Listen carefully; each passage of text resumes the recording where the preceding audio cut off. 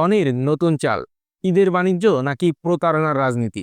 গুলিস্তান বা ইসলামপুরের সাধারণ পোশাক পাকিস্তানি ব্র্যান্ডের বলে চড়া দামে বিক্রি করে যিনি তুমুল সমালোচিত হয়েছিলেন, সেই সানবিজ বাই টনির কর্ণধার রুবায়েত ফাতিমা টনি আবারও আলোচনায়।